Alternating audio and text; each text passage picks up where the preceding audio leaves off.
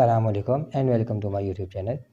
आज की वीडियो काफ़ी इंटरेस्टिंग और इन्फॉर्मेटिव होने वाली है, तो शुरू करते हैं। शुरू करने से पहले अगर आप मेरे चैनल पे न्यू है तो इसे लाजमी सब्सक्राइब करें, ताकि जब मैं कोई न्यू वीडियो अपलोड करूं तो उसका नोटिफिकेशन आप तक पहुंच जाए। तो आज हम यूनिट 2 काइनेमेटिक्स के बारे में पढ़ेंगे, तो शुरू करते हैं।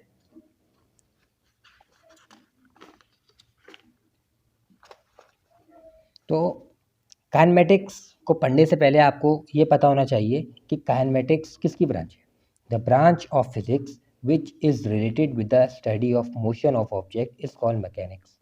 सो बेसिकली मैकेनिक की दो टाइप्स होती हैं, काइनेमेटिक्स और डायनेमिक।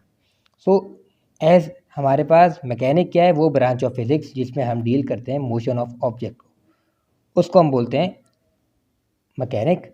और मैकेनिक के हमारे पास दो टाइप्स हैं, दो हिस्सों में मैकेनिक टूटेंगी, काइनेमेटिक्स और dynamic. The word kinematic is drive from Greek word kinema means motion. Kinema का मतलब क्या है? Motion. Kinematics is the branch of mechanics which deal with the motion of object with और without reference of force. So basically kinematics हमें क्या पता लगा, एक ब्रांच है मैकेनिक्स से जो डील करती है उन ऑब्जेक्ट के मोशन में जिन पे फोर्स लगे या ना लगे। ठीक है, इसको अगर हम फर्दर समझें तो कि एक ऑब्जेक्ट है जो कि रेस्ट में, हमने उस पर फोर्स अप्लाई की तो वो मोशन में आ गया, तो ये तो with force, with reference of force हो गया। अब विदाउट रेफरेंस ऑफ फोर्स क्या होता है? जैसे कि आपको पता है, अगर आप मून पे जाएंगे तो वहाँ पे ग्रेविटी बहुत कम है, तो आप कंटिन्यूस मोशन में रहेंगे। तो यहाँ पे आपको फोर्स लगानी नहीं पड़ी, पर फिर भी आप मोशन में हैं, तो ये हो जाएगा विदाउट रेफरेंस ऑफ फोर्स। फिर हमारे पास टॉपिक आता है 2.1 रेस्ट एंड मोशन। रेस्ट क्या है? आसान लफ्ज़ों में हम समझने की कोशिश करेंगे कि अगर एक बॉडी सराउंडिंग के हिसाब से मूव नहीं कर रही, इसकी एग्जांपल ये है कि अगर आप कमरे में बैठे हुए हैं और आप अपने सराउंडिंग के हिसाब से, सराउंडिंग मतलब इर्द गिर्द के हिसाब से आप मोशन नहीं कर रहे, तो आप रेस्ट में हैं।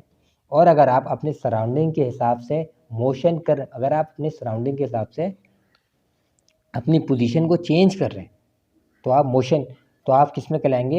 आप in the state of motion कहलाएंगे। इसकी डेफिनेशन क्या है मोशन की? A body is said to be in the motion if its change its position with respect to its surrounding. मतलब अगर आप एक कमरे में बैठे हैं और अपनी पोजीशन चेंज कर रहे हैं सराउंडिंग के हिसाब से, तो आप किस में कहलाएंगे? मोशन में कहलाएंगे। फिर हमारे पास आती है types of motion. Types of motion में हमारे पास 3 टाइप्स ऑफ मोशन है। एक है ट्रांसलेटरी मोशन, एक है रोटेटरी मोशन, एक है वाइब्रेटरी मोशन। तो अब हम इसके बारे में पढ़ेंगे, ट्रांसलेटरी, रोटेटरी और वाइब्रेटरी। सबसे पहले आती है हमारे पास ट्रांसलेटरी मोशन। ट्रांसलेटरी मोशन क्या होती है? Different object are moving around in different ways, you can observe how various object are moving, which object moves along a circular path, which object move along a linear path. A train is moving along a straight track, can observe that every part of the train is moving along that straight path. This is called translatory motion. Translatory motion is defined as, translatory motion को हम define किस तरीके से करेंगे? When all point of a moving car move uniformly along the same straight line. इसकी example आप ये consider करें कि एक ट्रेन है जो कि अपने रेलवे ट्रैक पे बिल्कुल स्ट्रेट जा रही है, तो इसका मतलब ये है कि रेलवे के जितने भी हिस्से हैं, जितने भी पार्ट हैं, वो सीधे ही जा रहे हैं। देखें, जिधर रेलवे जा रही है, जिधर ट्रेन जा रही है, उधर ही उसके तमाम जितने भी, आपको पता है कि ट्रेन काफ़ी बड़ी होती है, उसके तमाम पार्ट जो है उसी डायरेक्शन में जा रहे हैं जहाँ पे वो ट्रेन जा रही है, तो उसका मतलब है वो किस मोशन के अंदर है? वो ट्रांसलेटरी मोशन के अंदर है। ठीक है, फिर हमारे पास आता है ट्रांसलेटरी मोशन के अंदर 3 हमारे पास टाइप्स आती हैं। पहली है लीनियर मोशन। लीनियर मोशन में क्या होगा? अगर एक ऑब्जेक्ट है वो स्ट्रेट जा रहा है, मतलब अगर वो स्ट्रेट लाइन में ट्रैवल कर रहा है तो वो लीनियर मोशन में होगा। मतलब अगर एक बस है या एक बाइक है, वो सीधी रोड पे जा रही है, स्ट्रेट जा रही है, तो वो क्या कहलाएगा? लीनियर मोशन के अंदर कहलाएगा। फिर आता है हमारे पास सर्कुलर मोशन। सर्कुलर मोशन हमारे पास क्या होता है कि एक ऑब्जेक्ट के, मतलब आप ये समझें कि जैसे कि हमारे पास एक सैटेलाइट होती है, सैटेलाइट जो है हमारे अर्थ के इर्द गिर्द घूम रही है, तो जब हमारे पास एक ऑब्जेक्ट एक ख़ास ऑब्जेक्ट के गिर्द घूमे तो उसको हम क्या बोलते हैं? Circular motion. And artificial satellite moving around the earth along circular path is an example of circular motion. कि जब हमारे पास एक सैटेलाइट जो है वो हमारे अर्थ के इर्द गिर्द घूमे जा रही है, तो उसको हम बोलेंगे, इस टाइप ऑफ मोशन को हम बोलेंगे सर्कुलर मोशन, और ये ट्रांसलेटरी मोशन के अंदर ही आती है। फिर आते हैं हमारे पास रैंडम मोशन। रैंडम मोशन क्या होती है हमारे पास? इस तरीके से, आपको नज़र आ रहा होगा कि इसमें हमारे पास कोई ख़ास पैटर्न नहीं होता। ज़िगज़ैग मोशन भी कह सकते हैं हम कि आगे पीछे इधर उधर ऐसी टाइप ऑफ मोशन जिसका कोई ख़ास पैटर्न ना हो उसको हम बोलते हैं रैंडम मोशन। फिर आती है हमारे पास रोटेटरी मोशन। रोटेटरी मोशन की डेफिनेशन पढ़ लेते हैं। The motion of the body around a fix axis which passes through a body itself is called spin और रोटेटरी मोशन। इसकी सबसे सिंपलेस्ट एग्जांपल एक व्हील है कि आपको पता होगा कि उसका एक्सिस है और एक्सिस के पास ही उसके तमाम हिस्से जा रहे हैं और वो एक्सिस के गिर्द ही घूमता है।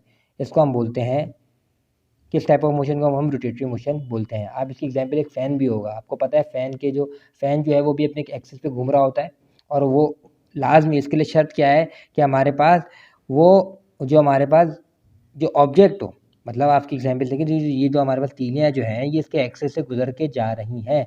अब बात ये आती है कि सर यहाँ पे तो हमने सर्कुलर मोशन पढ़ा है, तो देखें सर्कुलर मोशन में क्या होता है कि वो अर्थ के गिर्द घूम रही थी और यहाँ पे क्या है, यहाँ पे वो एक्सिस के गिर्द तो घूम रही है पर वो हमारे पास तीलियाँ जो हैं वो उसके एक्सिस से होके गुजर रही हैं, तभी हमारे पास ये डिफरेंट टाइप है रोटेटरी मोशन। फिर आता है हमारे पास वाइब्रेटरी मोशन। वाइब्रेटरी मोशन में क्या होता है, कभी आपने पेंडुलम देखा होगा। पेंडुलम कभी पेंडुलम जो अक्सर पहले पुराने ज़माने में जो घड़ियाँ आती थी उसके नीचे एक समझे बॉब आता था। तो जब 12 बजते थे तो भैया जब भी कोई 12 बजते थे या जब भी कोई क्लॉक मतलब एक घंटा गुजर जाता था तो वो उस पे घंटी बजती थी और वो जो हमारे पास बॉब होता था वो पहले आगे जाता था फिर पीछे जाता था। तो इसको हम बोलते हैं ट्रू एंड फ्रो मोशन। या इसकी एग्जांपल आप स्विंग से भी ले सकते हैं कि स्विंग आप जब झूलते हैं तो आप आगे जाते हैं पीछे जाते हैं, आगे जाते हैं पीछे जाते हैं। तो ऐसी टाइप ऑफ मोशन को हम बोलते हैं वाइब्रेटरी मोशन, जिसमें हमारे पास ट्रो एंड फ्रो होते हैं। ट्रो एंड फ्रो मोशन को हम बोलते हैं वाइब्रेटरी मोशन। यहाँ पे इन्होंने इनका डिफरेंस बना लिया है, ट्रांसलेटरी का, रोटेटरी का, वाइब्रेटरी का। ये इंपॉर्टेंट है, पेपर में आता है। फिर हमारे पास अगला टॉपिक है डिस्टेंस एंड डिस्प्लेसमेंट। डिस्टेंस क्या होता है, देखें डिस्टेंस हमारे पास मैंने आपको बताया था। डिस्टेंस ये है कि हम ये कह सकते हैं कि अगर उसको हम आसान लफ्ज़ों में समझें तो the total length covered by moving body without mentioning direction of motion. तो जो टोटल लेंथ है एक ऑब्जेक्ट जो कवर कर रहा है फासला पर उसको डायरेक्शन नहीं पता, without mentioning the direction of motion is called distance. इसकी एग्जांपल आप ये ले लें कि मैं आपको कहूँ कि आप हैदराबाद जाएं और आपको हैदराबाद का रास्ता नहीं पता, तो जो फासला आप कवर करेंगे क्योंकि आपको डायरेक्शन नहीं पता, आपको हैदराबाद का रास्ता नहीं पता, तो जो टोटल लेंथ आप कवर करेंगे अपने घर से लेके हैदराबाद तक का, वो क्या कहलाएगा, डिस्टेंस कहलाएगा। और डिस्प्लेसमेंट क्या होता है हमारे पास, अब चूँकि आप एक दफ़ा हैदराबाद जा चुके हैं, अब मैं आपको बोलूँ कि दोबारा हैदराबाद जाएँ, तो अब आपको पता है, अब आपको उसका रास्ता पता हो गया, डायरेक्शन पता हो गई, तो अब आप शॉर्टकट से जाएँगे। तो बेसिकली हमारे पास डिस्प्लेसमेंट क्या होता है, shortest distance between 2 point, 2 point के दरमियान का छोटा शॉर्टेस्ट फासला क्या कहलाता है, डिस्प्लेसमेंट कहलाता है। और डिस्टेंस क्या होता है, इसमें डिस्टेंस और डिस्प्लेसमेंट में फ़र्क ये है कि डिस्टेंस में डायरेक्शन नहीं होती, कि जैसे कि आप जब भी आप कोई जगह कहीं भी जाते हैं, फर्स्ट टाइम जाते हैं और आपको रास्ता नहीं पता होता, तो जो आप फासला कवर कर रहे होते हैं वो डिस्टेंस कवर कर रहे होते हैं, क्योंकि उसमें आपको डायरेक्शन नहीं पता। अब जब आप दोबारा उधर ही जाते हैं उसी जगह पर, क्योंकि अब आपको क्या पता है, उसकी डायरेक्शन पता है, आपको उसका रास्ता पता है, तो आप शॉर्टकट से जाएँगे तो वो क्या कहलाएगा, डिस्प्लेसमेंट कहलाएगा। तो ये हमारे पास डिस्टेंस जो होती है वो एक स्केलर क्वांटिटी होती है। स्केलर क्वांटिटी क्या होती है, जिसमें मैग्नीट्यूड होता है पर डायरेक्शन नहीं होती। मैग्नीट्यूड का मतलब क्या है, आपने 100 मीटर कवर किया, ठीक है, ये मैग्नीट्यूड की वैल्यू हो गई, पर आपको डायरेक्शन नहीं पता थी, ठीक है। तो इस ऐसी क्वांटिटी जिसमें हमारे पास डायरेक्शन नहीं पता पर मैग्नीट्यूड पता है, उसको हम बोलते हैं स्केलर क्वांटिटी। और एक ऐसी क्वांटिटी जिसमें direction as well as magnitude दोनों पता है, उसको हम बोलते हैं वेक्टर क्वांटिटी। तो डिस्प्लेसमेंट जो है वो एक वेक्टर क्वांटिटी है, डिस्टेंस जो है हमारे पास वो एक स्केलर क्वांटिटी है। तो हमारे पास ऐसा यूनिट क्या होता है, डिस्टेंस का भी मीटर होता है और डिस्प्लेसमेंट का भी मीटर होता है। The distance traveled by the person from A to B is either 16 kilometre purple path और 24 किलोमीटर रेड पाथ। अब इन्होंने आपको बोला है कि इन्होंने आपको बोला है कि ए से लेके बी तक आ रहा है। यहाँ से देखें एक ऑब्जेक्ट है, देखें जिसको रास्ता नहीं पता, वो यहाँ से घूम के यहाँ पे पहुँच रहा है। तो ये जो फासला इसने कवर किया ये डिस्टेंस है, क्योंकि इसको फासला नहीं पता था, इसको डायरेक्शन नहीं पता थी। तो ये हमारे पास ने क्या कवर किया, डिस्टेंस कवर किया।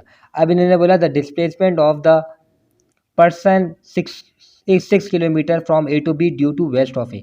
अब ए से बी से कव और ये जो हमारे पास डिस्प्लेसमेंट क्या है, ए से लेके बी तक, क्योंकि इसको रास्ता पता था और इसने शॉर्टकट लगाया। तो देखें ए से लेके बी तक जो है हमारे पास डिस्प्लेसमेंट है, और ए से बी जो इसने स्ट्रेट लाइन का फासला कवर किया ये हमारे पास डिस्प्लेसमेंट है, क्योंकि ये इसको डायरेक्शन पता थी, इसको रास्ता पता था। और एक बंदा जिसको रास्ता नहीं पता, जो फर्स्ट टाइम जा रहा था, वो घुमा के जाएगा, यहाँ से लेकर यहाँ तक जाएगा। तो ये हमारे पास क्या इसने कवर किया, डिस्टेंस कवर किया, क्योंकि इसको डायरेक्शन पता नहीं थी। तो आज की वीडियो के अंदर हमने डिस्टेंस यहाँ तक चैप्टर को पढ़ा है, समझा है, और इंशाअल्लाह ताला अपकमिंग वीडियोज़ के अंदर जो मैं नेक्स्ट वीडियो बनाऊंगा उसमें इससे आगे से हम कंटिन्यू करेंगे। मुझे उम्मीद है कि यहाँ तक जो मैंने आपको समझाया वो आपको समझ में आया होगा। इन केस अगर आपको कोई क्वेरीज है, you can inform me in the comment box and stay tune for more videos.